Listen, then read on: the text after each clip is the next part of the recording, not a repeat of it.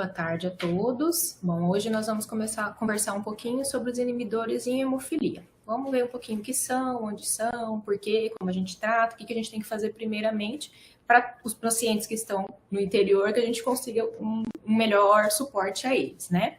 A gente queria agradecer primeiro o pessoal do Mato Grosso do Sul, de Distrito Federal, de Tocantins, que estão com a gente aqui assistindo essa nossa aula. Então, começando. O que é o inibidor? O inibidor é um anticorpo do tipo IgG, que ele vai ser desenvolvido em resposta a uma molécula que ele considera como não sendo própria. E aí, no caso da hemofilia, ele considera o fator 8 como uma molécula não própria. O sistema imune, que é o responsável pelo aparecimento, quando ele começa a identificar essa molécula como diferente, ele começa a produzir inibidor contra um anticorpo, né, que é o inibidor no caso, contra o fator 8. O maior risco dele acontecer nos primeiros 50 dias de exposição ao fator. A gente tem alguns fatores de risco para que isso aconteça. Eles, a princípio, 3 principais, começando pelos fatores extrínsecos, que é o tratamento intenso, como sangramento grave ou uma cirurgia, que eu vou expor o paciente a uma dose alta e prolongada do fator, né? O contexto da reposição, dependendo do momento que eu faço essa reposição, tem alguns sinais de perigo, como vacinas ou infecções. Os fatores genéticos, que são muitos, como a mutação do fator 8 ou do fator 9, os polimorfismos do fator 8, a história familiar, os fatores do sistema imune mesmo, como a HLA, os SNPs, a etnicidade, além dos fatores que são relacionados ao tratamento.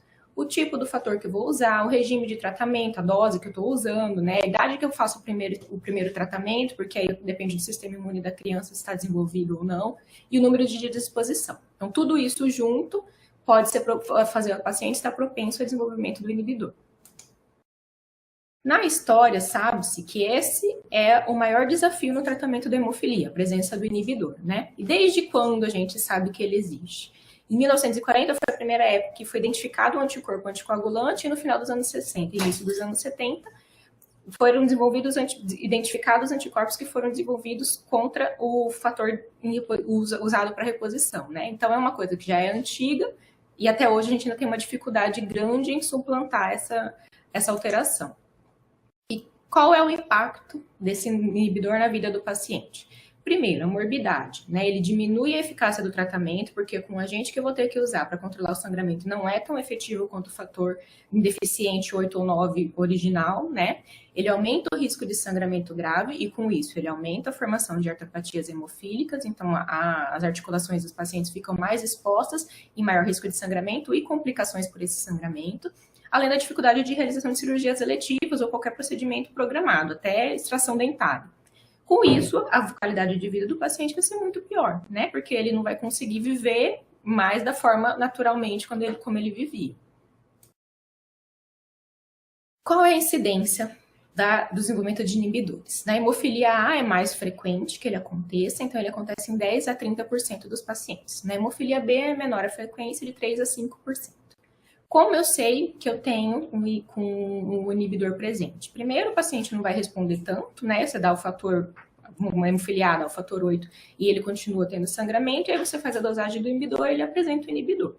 A gente dosa o inibidor em unidades Bethesda, né? E aí eu tenho os inibidores de alto título, que são aqueles que eu tenho mais de 5 unidades Bethesda por ml, e ele inativa todo o fator que eu vou dar para o paciente. Então, eu vou ter que usar um agente de bypass, quer dizer, vou ter que dar um remédio que pula aquela parte da coagulação para ele poder tratar aquele sangramento.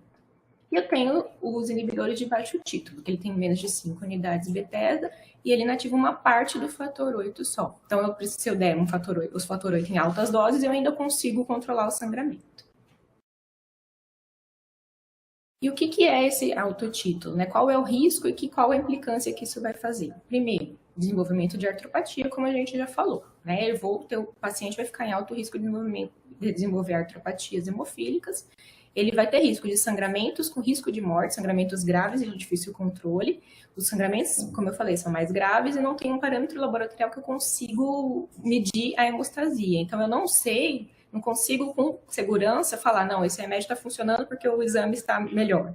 Porque a gente não consegue fazer essa medição com esse tipo de inibidor, né? Com esse tipo de alteração no paciente hemofílico. E aí a gente tem alguns tipos de inibidores. Eles podem ser altos respondedores, que quando eu dou infusão do concentrado do fator, ele aumenta muito o título dele, quer dizer, se ele estava 5, ele vai para 200.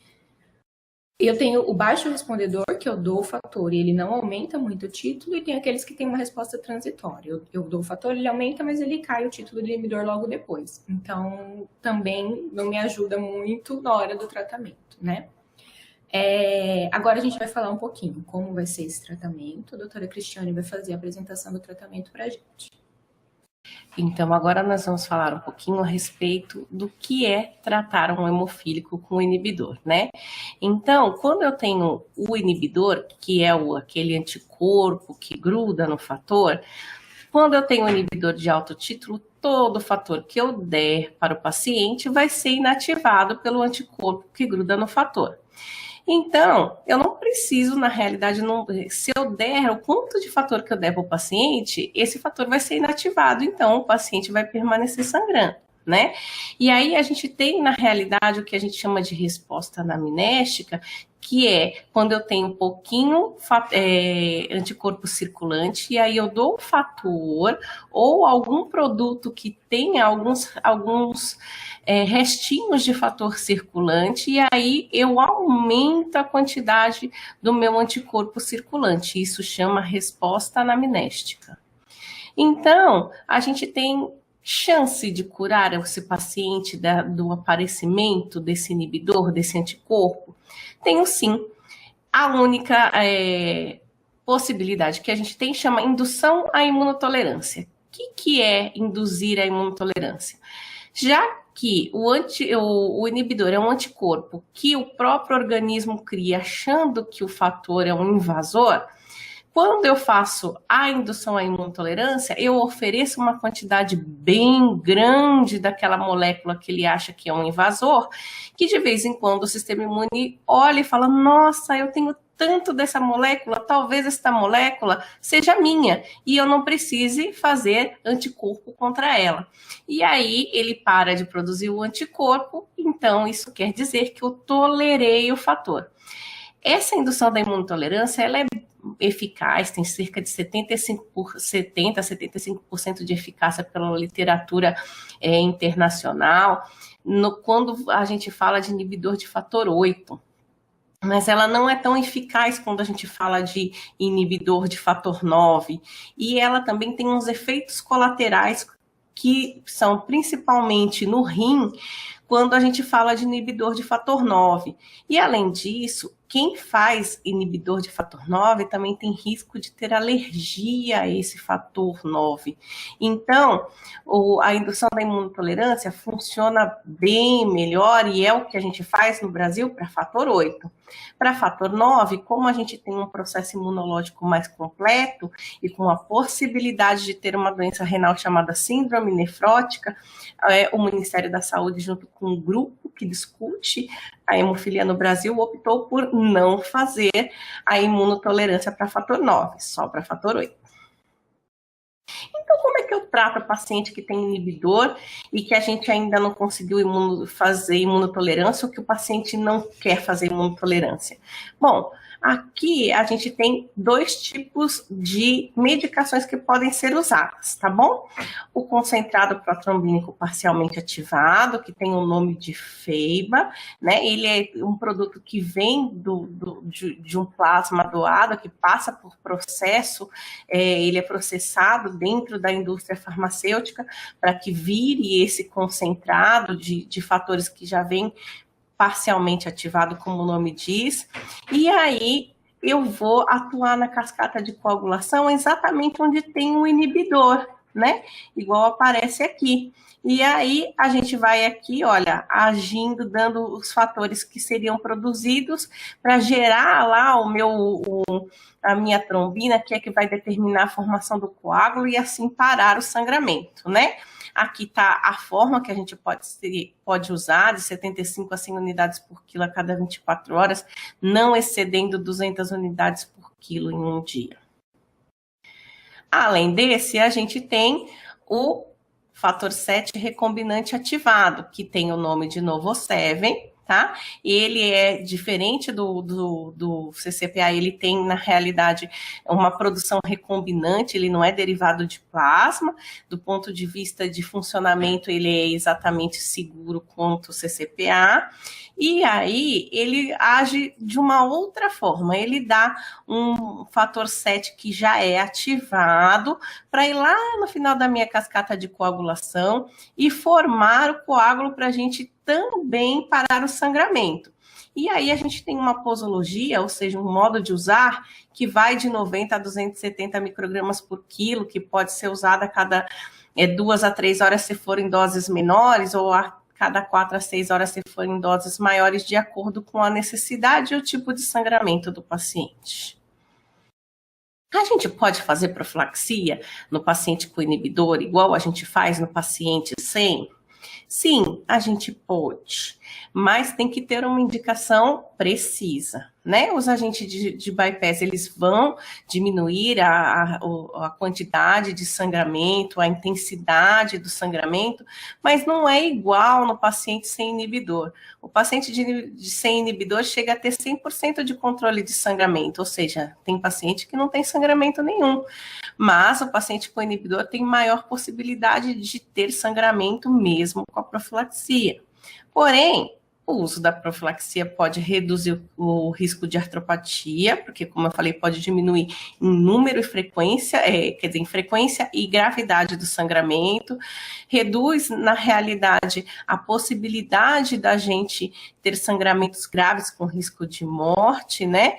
E diminui aí a sua resposta do sistema imunológico, que pode aumentar a produção do seu anticorpo. Então, com isso, a gente vai chegar numa melhora da qualidade de vida e talvez melhorar a nossa resposta à imunotolerância. Então, aqui é só a representação gráfica de um estudo que mostra que quando o CCPA, que é o FEIBA, foi usado como profilático, comparou o próprio paciente, o paciente que fazia profilaxia com o paciente que não fazia profilaxia, com redução de 72% dos sangramentos em relação ao outro. Então, quem fazia só o fator quando sangrava e quem usava fator para evitar sangramentos. Então, vamos lá, cerca de 72% de redução de sangramento. Esse outro estudo, na realidade, compara o paciente com ele mesmo. Então, um paciente que ficou sob demanda por um período, depois ele ficou um tempo sem nada e depois começou profilaxia. E teve um grupo que começou profilaxia, ficou um tempo sem nada e depois ficou sob demanda. E comparando os dois grupos, no total, teve uma redução de 62% do número de sangramentos. Então, vejam, a gente reduziu bastante, mas não chegou a zerar. Então, quando que a gente vai pensar em usar isso durante o nosso protocolo de imunotolerância, né? Como é que funciona aquele protocolo que vai tentar fazer cessar a produção do anticorpo contra o fator, né? A gente usa o nosso fator, nosso agente de bypass, que é o FEIBA ou o Novo7, quando a gente tem lá o meu inibidor, que é mais que 5 unidades Bethesda, o alto título, e quando ele cai para menos de 5 unidades Bethesda, a gente pode avaliar a possibilidade de voltar a usar o fator 8, porque quando a gente tem o fator com baixo título, né, quer dizer, o inibidor com baixo título, a gente pode tentar voltar a usar o concentrado de 8, porque ele já vai funcionar.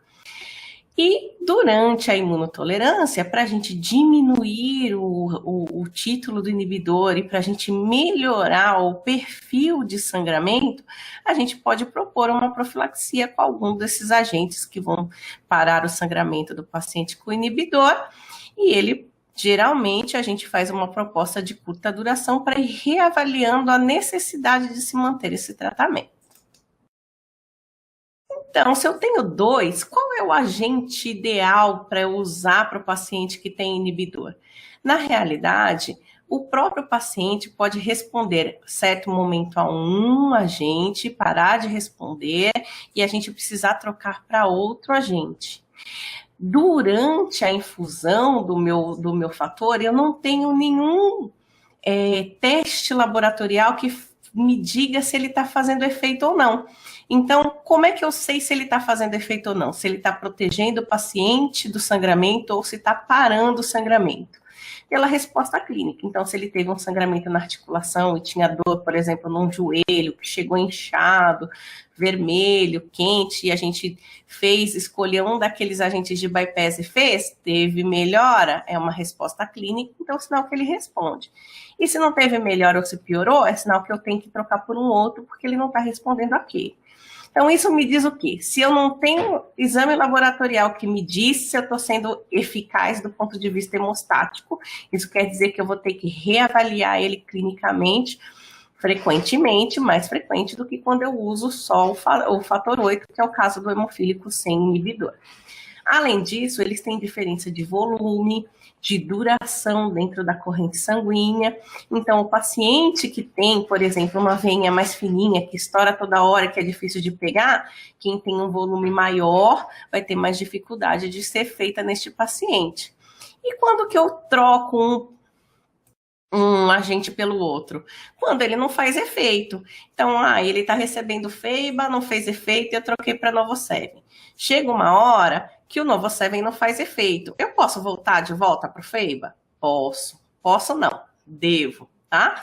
Então, por isso que essas reavaliações precisam ser frequentes, porque eu preciso ter certeza que eu estou sendo eficaz do ponto de vista de parar ou prevenir o sangramento nesse paciente. Então, aqui a gente tem um esqueminha que ajuda a gente muito a pensar no tratamento do paciente com inibidor. Então, eu estou usando lá o meu agente de bypass, que é o agente que controla o sangramento do paciente, e aí, se ele teve resposta, eu mantenho, e depois eu até avalio reduzir ou parar o tratamento. E se eu não tiver resposta, eu posso ainda aumentar a dose, se a dose não estiver na dose máxima. Se eu tive resposta boa, eu avalio e vejo até a possibilidade de reduzir. E se eu não tive resposta? Aí eu posso trocar de agente. E se eu troquei de agente e ele melhorou? Vamos manter, acompanhar e ver a possibilidade de reduzir. E se ele não melhorou? Eu ainda posso aumentar a dose e reavaliar. E se eu já troquei de agente, já aumentei a dose e ele ainda não melhorou? Precisa ser avaliada a possibilidade de terapia combinada. Vejam, a terapia combinada é muito difícil da gente usar, porque geralmente quando a gente troca de produto, ele geralmente tem uma resposta melhor. A terapia combinada tem que ser avaliada com muito cuidado, por quê? Porque você está dando 2 agentes que vão tentar parar o sangramento, e aí, em vez da gente só parar o sangramento, a gente pode ocasionar trombose. Então, a gente acaba mantendo a terapia combinada em sangramentos muito significativos que provavelmente têm risco de morte, tá? E aí, a gente também pode sempre considerar outros tratamentos adjuvantes que possam ajudar a auxiliar a parada do sangramento, como agentes hemostáticos locais. É bem importante para mim estar aqui mais uma vez. Eu, junto com a doutora Paloma, fizemos a introdução à hemofilia aqui na web aula, e agora a gente está discutindo que hoje é a maior complicação da hemofilia, que são os inibidores. Hoje no Brasil a gente tem a possibilidade de pôr o paciente na imunotolerância para erradicar esse inibidor e voltar a dar qualidade de vida para ele. Então, a possibilidade da gente discutir essa outra parte da hemofilia, para a gente é bem gratificante. Gostaria de agradecer mais uma vez o convite, e a gente está à disposição para discutir alguma dúvida. Muito obrigada.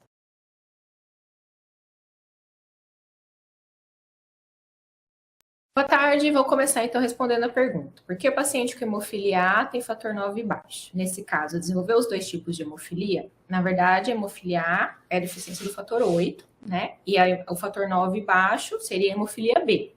muito difícil essas duas coisas acontecerem juntas. Então, provavelmente, se a dosagem do fator 9 foi mais baixa, a gente tem que excluir um erro laboratorial. Sugeriria a repetição do exame para a gente fazer essa confirmação. Os dois tipos de hemofilia não são comuns de acontecer. E eu queria agradecer a oportunidade também. A doutora Cristiane vai responder a segunda pergunta. E a gente também está à disposição no Hemocentro. Qualquer dúvida, qualquer dificuldade, é só entrar em contato conosco, que estamos sempre lá para responder e ajudar os pacientes. Agora vamos responder uma outra pergunta, que é: para erradicar inibidor, qual será o melhor tratamento e qual o tempo de tratamento? Então, o melhor tratamento para erradicar o inibidor é a indução à imunotolerância. E o tempo de tratamento depende se o paciente vai ter resposta ou não.